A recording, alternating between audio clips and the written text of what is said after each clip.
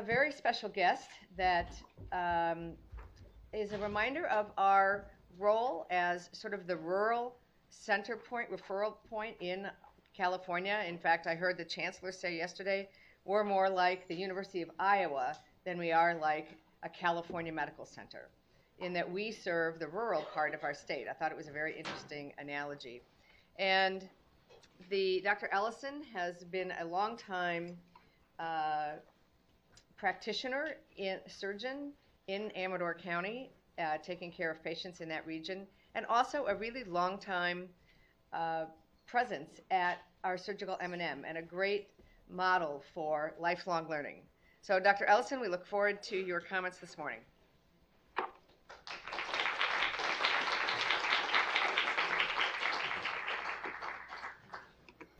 Thank you very much, Dr. Farmer, for that kind introduction. I'm not sure I deserve it. And I'm surprised anybody is staying here after they see that picture up there. I don't know where she got that, but unfortunately it does look like me. This is going to sound probably more like a travel log than it does a surgical lecture, but I'm trying to show you where I came from and how I got here, and the good things I have done after I've gotten here. I have been a rural surgeon in Amador County now for 25 years, and it has been interesting. It has its own frustrations, which I'll explain later.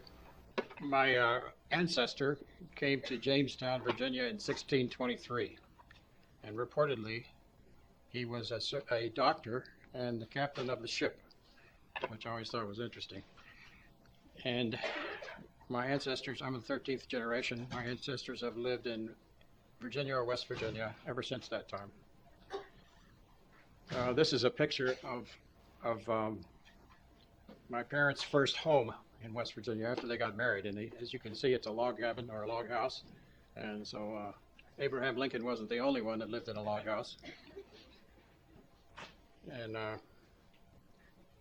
my father, who was born in 1900, which makes it easy to remember, he had developed a hernia when he was a young man, and he rode his horse to Johns Hopkins Hospital in Baltimore, had it repaired, and then he rode his horse back again. That was 200 miles each way. So, and he got a bill for $24. So things have changed quite a bit over the past few years.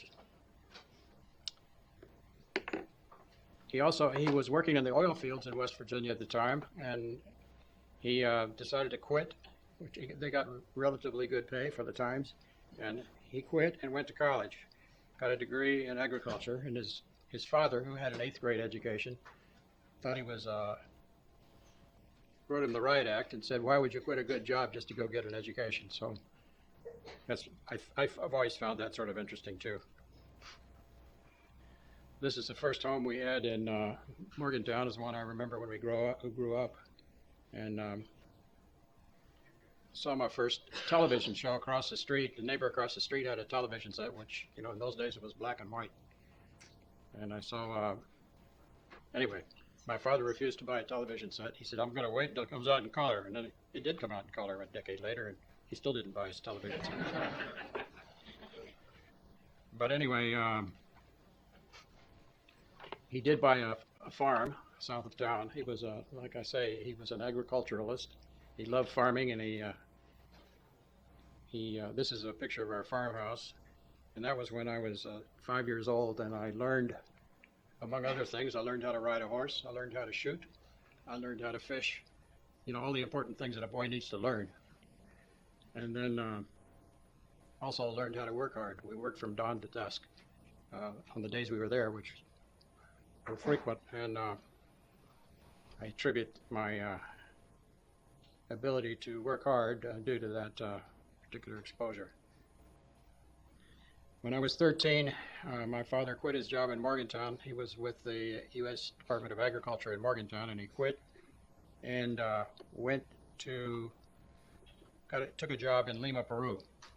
actually doing the same sort of work. It was with AID to help small farmers with low interest loans. And so we went to New York. This was in February. We went to New York to take the ship, a Grace Line ship, down to Peru, and the harbor was frozen over, and we couldn't get out for 2 days.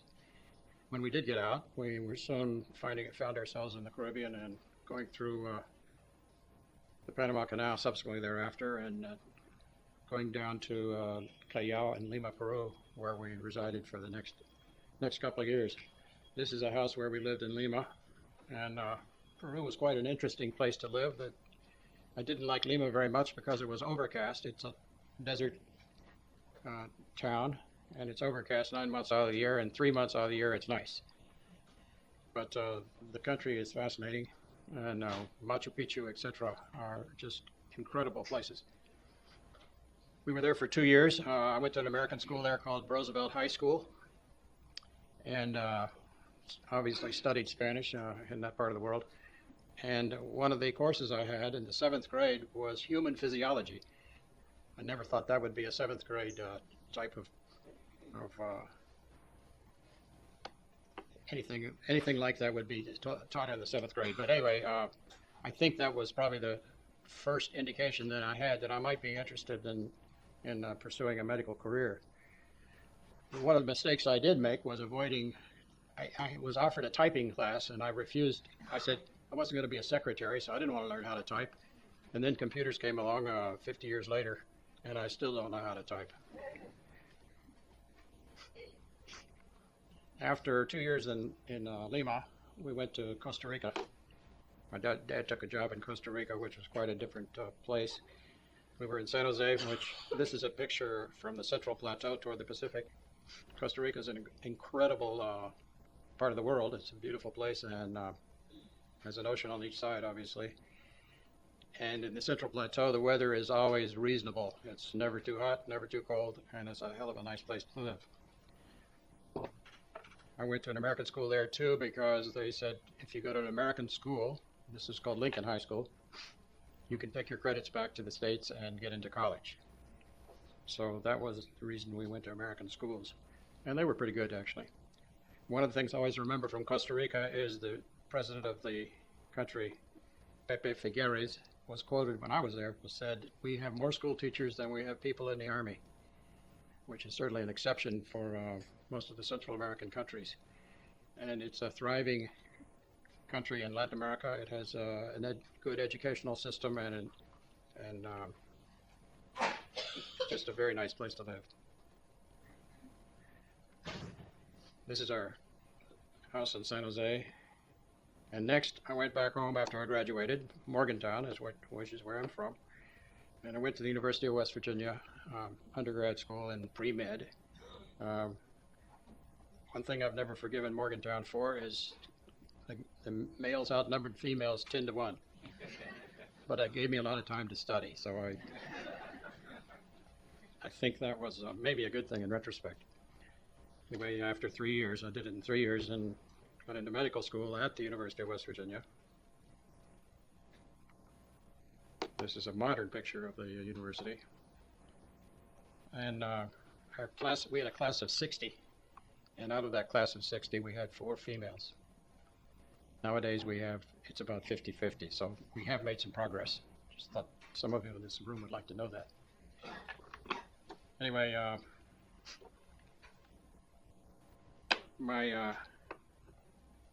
I decided after 4 years at the University of West Virginia, we didn't have much trauma and we didn't have much acute care stuff. So I decided to take an internship at Charity Hospital in New Orleans. Charity Hospital is the largest, at least at that time, was the largest hospital under one roof in the country.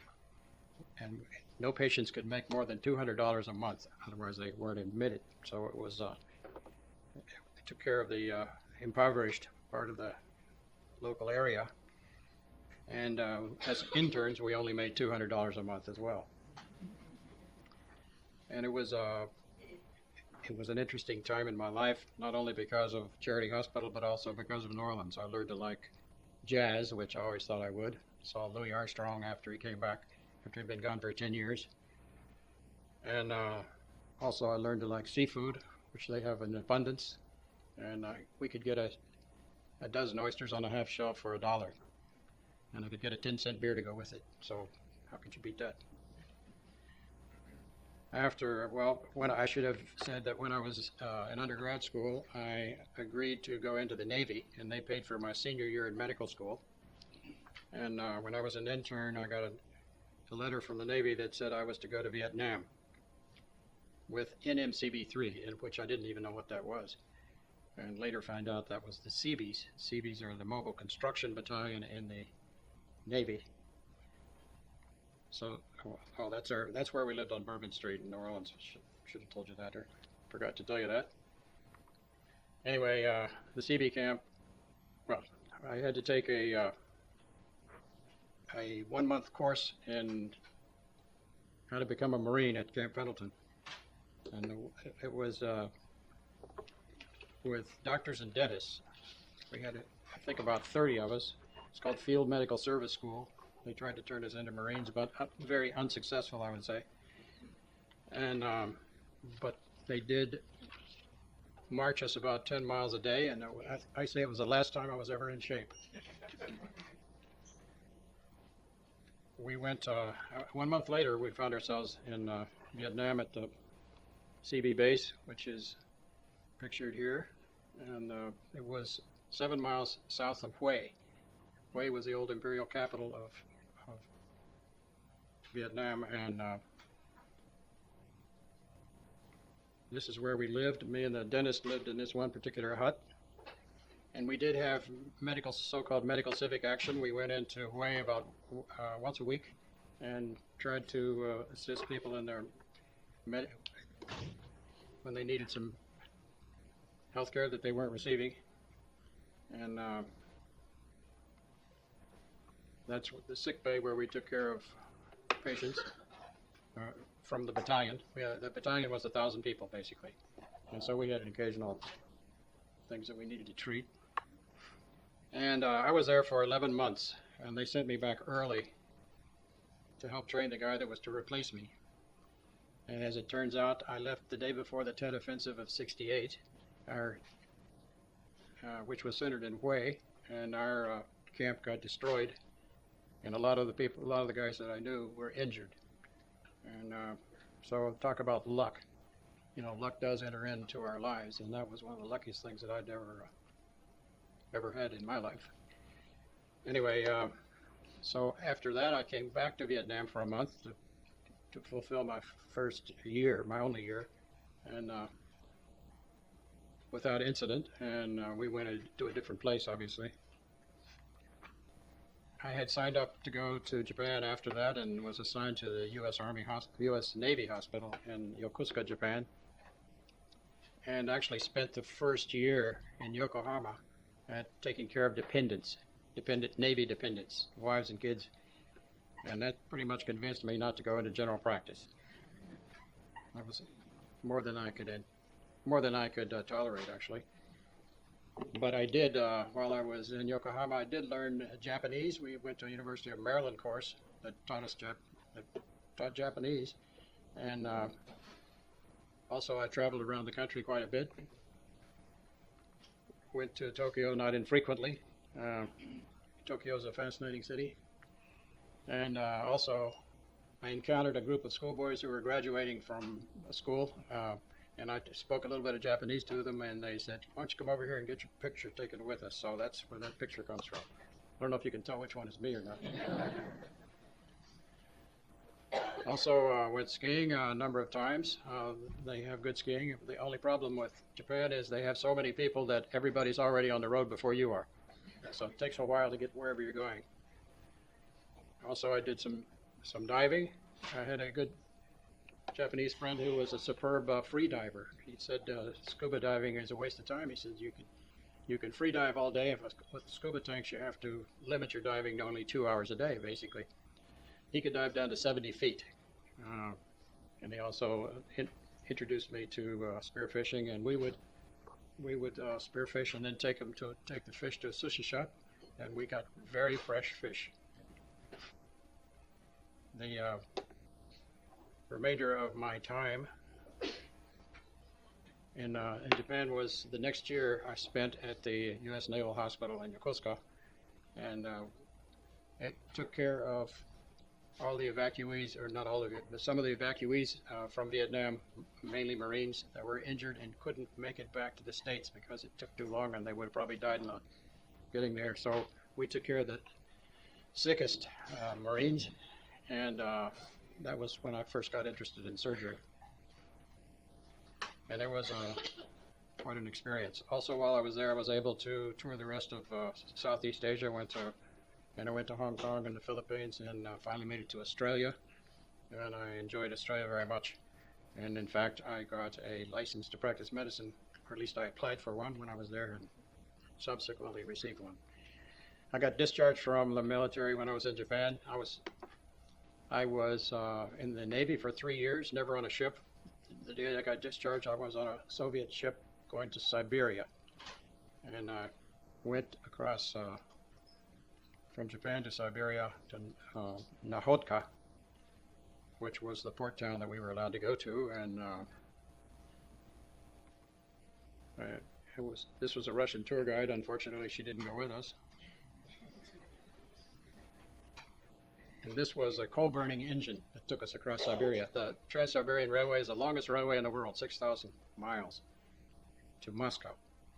And this coal-burning engine, this was summer, and it was hot. You don't think of Siberia as being hot, but it was hot. And we had our windows open on the passenger compartments, and all the soot from the coal-burning engine came back and turned us all black. So by the time we got to Moscow, we needed a good shower. This is a picture of sometimes we stopped along the way and people got out and washed up Lenin. There were statues of Lenin all along the railway. And in fact, when we did get to Moscow, there was this huge thing of Lenin. This is a person, so you can see how big the structure is, and that was truly incredible. I think that was in Red Square. I can't remember exactly where it was, but I think that's where it was. And we saw the Kremlin, which is still the center of the government today, and St. Basil's Cathedral, which was built in the 15th century, apparently under the auspices of Ivan the Terrible. And reportedly, after this was created, he punched out the eyes of the architect that created it because he didn't want any competition. He didn't want any competitive cathedral anywhere else. That might have something to do with why he was Ivan the Terrible. Next, I came back to the United States after touring Western Europe and going home for a while, and came back to California, where I'd gotten a license to practice medicine. And I spent 6 months, I think it was 6 months, at a Kaiser Hospital in San Francisco in the orthopedic outpatient department. And that was enough to convince me that I didn't want to ever be again in orthopedics, because all we saw was back pain, and it was horrible. But I did get a residency at Highland Hospital in Oakland, and that's where we had, I think, 10 or 12 first-year residents, and that was to cover the emergency room. This was during the very traumatic days, and but I was one of 3 that went on to do a 4-year program, and I graduated finally. And while I was there, I got a private pilot's license. It took me 3 years. That's because I only was able to have time to fly about every 3 weeks or 4 weeks, and then I'd forgotten all the things I had learned before when I went with the last lesson. So it took me 3 years to get my pilot's license. Next, I went back to West Virginia University and just happened to stop by and see the chief of surgery there, Alvin Watney, and he hired me as an instructor of surgery. I basically needed to pass my boards, and that was as good a place as any to be. And I very much enjoyed my 2 years there because I learned a lot of the theoretical stuff that I hadn't learned at Highland. I learned a lot about tumors and cancer. He was a cancer surgeon, trained cancer surgeon, and that was quite helpful. And while I was there, I became a co-owner of an airplane by Beach Bonanza. And as you can see in the background, there are clouds clouds in that part of the world that didn't exist in California. And flying through clouds requires an instrument rating, so I had to go somewhere. Went to Florida actually to get an instrument rating so I could fly the airplane. And in fact, Dr. Denis Burkitt came to visit, of Burkitt's lymphoma, and also he was the one that popularized fiber in the stool to prevent colonic diseases. And he was in Pittsburgh and he missed his flight, so I had to fly up and get him and bring him back. And that was a real privilege. University of West Virginia at the time was an interesting place to work, maybe the most interesting job I've ever had. But after 2 years, I decided to go back to Australia. I took a job with the Royal Flying Doctor Service, which was based in the Outback, based in Broken Hill, New South Wales, which is 1,000 miles west of Sydney. And we took care of all the people in the Outback that were scattered all over creation. And one of the obstacles that we not infrequently encountered were kangaroos on the runway. So we had to circle over the runway and scare the kangaroos off the runway before we could land. But I decided after a few months with the Royal Flying Doctor Service that I was afraid I was losing my surgical skills. So I started working, doing locums in some of the remote areas. Dubbo and Tamworth were two places that I worked at that had hospitals that were big enough to require surgeons. And the surgeons would come back to either the US or the UK to learn the latest information so I could fill in while they were gone. I did that for probably a couple of years, and then finally I got a permanent job in a place called Cooma, which is a town of about 7,000. And it was close to the Snowy Mountains. This is a place I went to skiing once, which in Australia the highest mountain is 7,300 feet. Most people in Australia have never seen snow, which might be a good thing. But I went to this one ski area called Thredbo, which was close by, and it snowed the day before I got there, and there was about 3 feet of snow on the ground, and when I left, it had all melted. I thought that was probably an indication of how things were going to go. In Cooma, in 2 months being there, I had 2 cases, and I decided that probably didn't have a whole lot of future. And in the meantime, I had come back with an Australian group to go skiing in Colorado, and we spent a week or so skiing, and then I stopped back to see a friend of mine in Fresno, Steve Parks, who I'd trained with at Highland, and he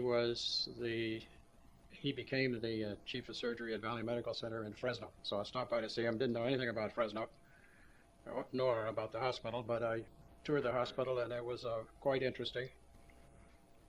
And so that's where I ended up going back to. But before I left, I spent a week at the Great Barrier Reef, which was just incredible.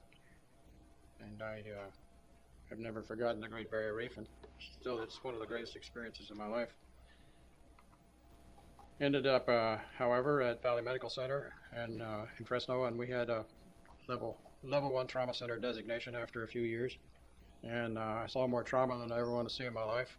I remember one instance where we had 2 patients with stab wounds of the heart that came in at the same time. And we took the sickest one up on the elevator. The operating room was on the 5th floor. And on the way up, we had already done a ER thoracotomy. And I had a finger over the puncture of the heart wound to keep it from bleeding. And on the way up, he woke up and started calling us names and got uncontrollable. So I just took my finger out of the heart. And he passed out. So I don't know if that's recommended. But anyway, we repaired his heart injury, and he did well. And we brought the second patient up and repaired his heart, and they both survived, which I think sometimes is an indication of the old adage that shit lives. Lived across the street in Fresno. Don't quote me on some of this stuff. Lived across the street in Fresno, which was a very convenient place to live. And I bought my second airplane, my second Beach Bonanza, and joined the two groups. One was Flying Samaritans, and Liggett International was the other one. And we did flights to Baja California. And one place we went to was San Jose del Cabo. And in fact, one day I took an operating table that we were getting rid of at Valley Medical Center. I took it in the back of my airplane, took the seat out of the back of the airplane, put it in. And we were flying down sort of like this all the way because of the weight of this operating table. We got it down to San Jose del Cabo, and then I was flying back a few days later, and then the customs on the American side stopped me and said, "Were you running drugs when you're back of your airplane?" And I said, "No, you don't run drugs back. You don't run drugs to Mexico." And so I went. It's a 4-hour flight, so I said, "You can report me, but I'm going to go get something to eat." Anyway, in 1985, there was a Mexico City earthquake, and there wasn't any information coming out of Mexico City. All the communications had been lost, so we flew down. I think it was with Liggett International, as I recall. And these are what we saw. That was a picture. It's a picture of the hospital. That's a hospital that had 7 floors, and as you can imagine, they said in retrospect there were about 10,000 deaths from the Mexico City earthquake of 1985. We went there and really didn't help very much because there wasn't any way to intervene in this system, but it was incredible. Well, after 7 years at Valley Medical Center and taking care of trauma, I decided to go into private practice. And I liked the foothills. I'd gone to Calaveras County Fair to the Jumping Frog Jubilee, which was it was created after Mark Twain wrote his short story about the celebrated jumping frog of Calaveras County. Mark Twain was always one of my heroes, and still is. And so I ended up in Sonora. One of our previous graduates had established a practice there, and even though there were 4 surgeons there, he thought another surgeon would be acceptable. There were 2 older surgeons at there were 2 hospitals. And there was the Seventh-day Adventist hospital called Sonora Community, and then there was Tuolumne General Hospital, which was the county hospital. I'd been in county hospitals most of my career, so I thought it sounded like a good idea. I was there for a year, and in fact, we had one patient that came from the Calaveras County Fair.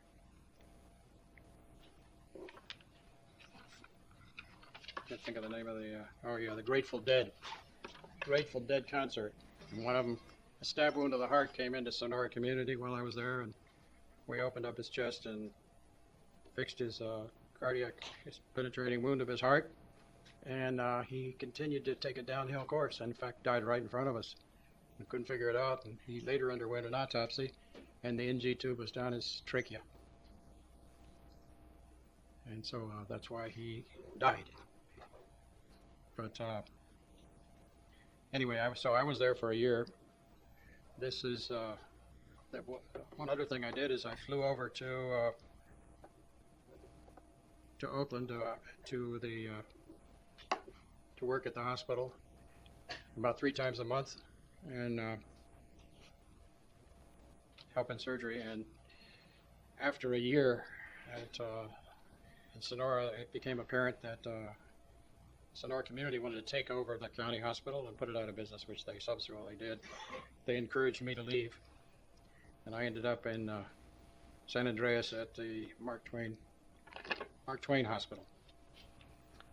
Anyway, I was at Mark Twain Hospital for 7 years.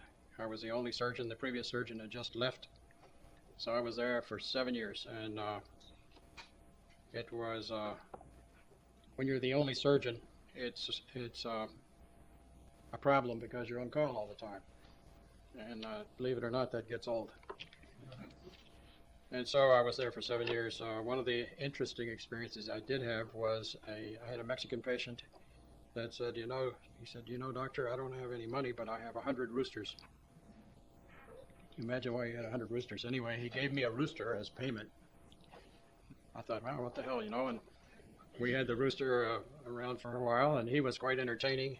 He would he would crow every morning, from about 3 onward. And he was out in our garage, so he didn't wake up the neighbors. And he would peck on our kitchen window after we got up and let us know he was there. And then he started chasing my son around, who was at that time was about 1.5 years old, and he was walking out in the backyard, and he tried to spur him to death.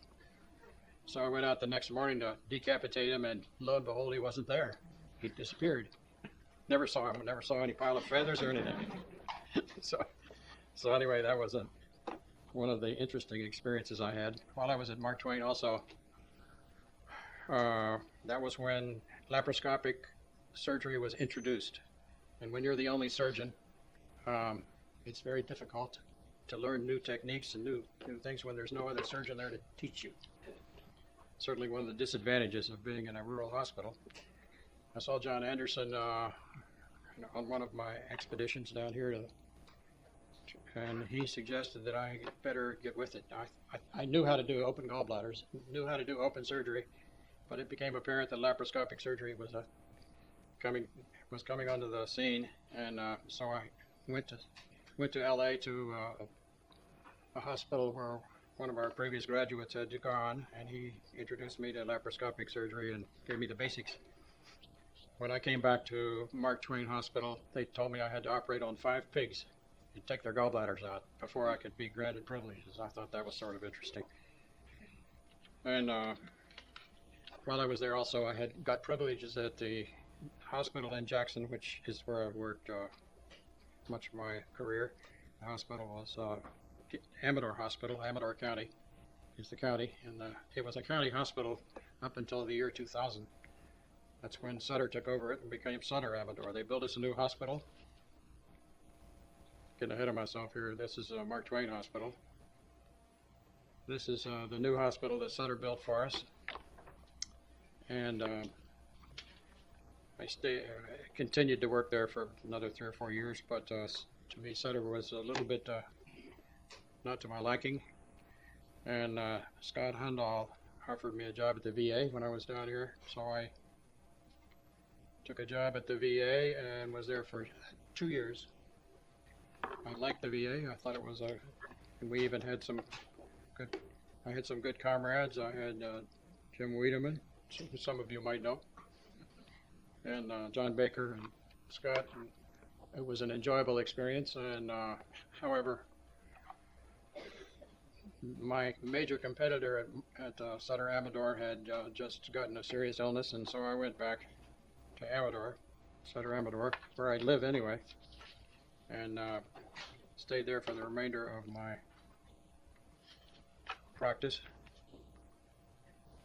There's the house we lived in for the past 30 years. They still consider me in Amador County. I'm still a newcomer. I've only been there 30 years. They say you have to live there at least 2 or 3 generations before you're a local. So I'm still working on that.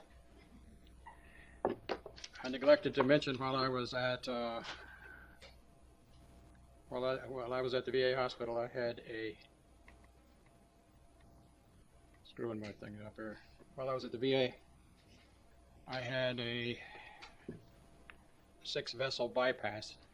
When I came home one day, I was having trouble breathing, and I went to the local hospital, Sutter Amador, and they said, "You've just had a heart attack." Next morning, I was sent down to Mercy and had a 6-vessel bypass, and I recovered from it and went back to the VA a few weeks later. However, that didn't improve my reputation there either. Anyway, so Sutter Amador was the hospital that I was at, and then then after I'd been there until from 2006 to 2013, I started getting. I was feeling just feeling bad, and I couldn't describe it. And one day I went into the hospital. I was really feeling horrible, and because they couldn't figure out what was wrong with me, they drew a blood culture and found out I had Enterobacter in my blood. And subsequently, I had a workup, and they found that I had endocarditis. And I had an atrial ablation about 4 months before that, and I think that was what happened. I got endocarditis from this atrial ablation, and I had an aortic valve infected. So I had to undergo antibiotic therapy and have my aortic valve replaced by Mike Ingram at Center General. And that sort of ended my surgical career. It took me a couple of years to recover from that. And I'm still, but I've recovered reasonably well. And in fact, last winter I went skiing more than I've ever skied in my life. We had, I don't know how many of you know, but we had one of the best snowfalls, best ski seasons in history last year, and it was just superb. So I'm not dead yet. What I'm supposed to talk about today are the advantages of private rural practice and the disadvantages, and I can cover them quite rapidly because the advantages of private rural practice aren't very many. And I think the thing I can recommend most is the fact if you like to live in a rural area, that's the best reason I can think of. I always say we live in Jackson, we live above the smog and the fog, and we live below the snow. Ideal location, and it's close to skiing, and those are the best recommendations I can give it. It is close proximity to patients, which I think is a good thing. When you have patients that live 3 or 4 hours away, I think that's not ideal. I think private practice has been, certainly rural practice, we have very few doctors up there now. We used to have probably 25, 10 or 15 years ago. Now we have about 3. We have hospitalists that take care of patients who come into the hospital, but as far as guys that live in the community, we don't have them anymore. And anyway, it's a different subject. Disadvantages of rural private practice are many, and obviously you're on call frequently, and when you're on call you can't do anything else basically. Depending on how many surgeons you have, if you're one of 2 surgeons, you're on call every other day. If you're one of 3, every 3rd day. So it's somewhat confining, you might say. And the other disadvantages are, I think, quite a few. We have a lot of patients that don't have health insurance, but that may be true here as well. I'm sure you get your referrals, and particularly through the emergency department. I think malpractice suits might be more common up there because the malpractice attorneys know who the target is. You know, they could just have one surgeon to go for. I had a bile duct injury that I created a number of years ago, and I agreed to settle, which is a mistake. As far as I can tell, you never settle a case, and the courts do recognize that we do make mistakes. We do have complications, and I think it's nearly always a mistake to settle a case, at least in California. I don't claim to be an expert on malpractice suits, but I've had my experience with them. Politics in small hospitals is always a problem because the administrators think they know more about surgery than the surgeons. If you only have one surgeon and one administrator, you're outnumbered.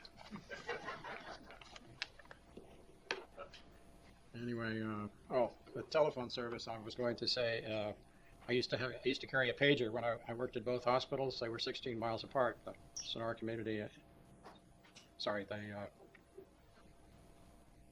Amador Hospital and the one in San Andreas, Mark Twain, 16 miles apart, and I'd get paged, and I wouldn't know who paged me and or what they were paging me for.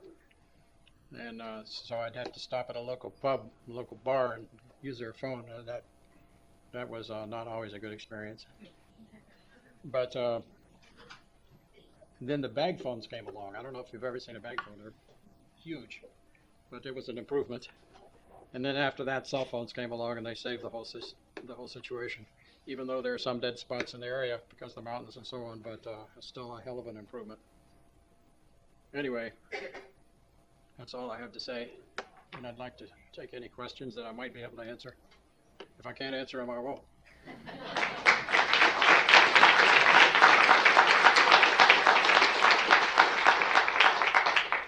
Thank you so much. You know, what a great story, what a great adventure in medicine.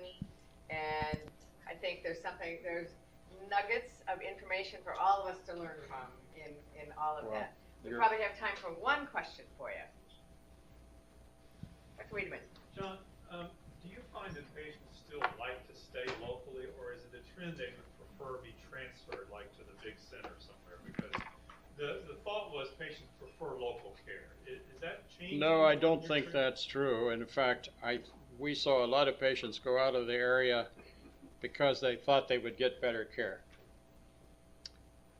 which obviously in some cases was true, but frequently, if it was a relatively straightforward case, it was a major disadvantage because, you know, they go to the Bay Area or even come to Sacramento. Sacramento is not that far away, so it's not a big deal, but if they go to the Bay Area and have some kind of complication afterward, we ended up taking care of them. Anyway, thank you. Thank you again.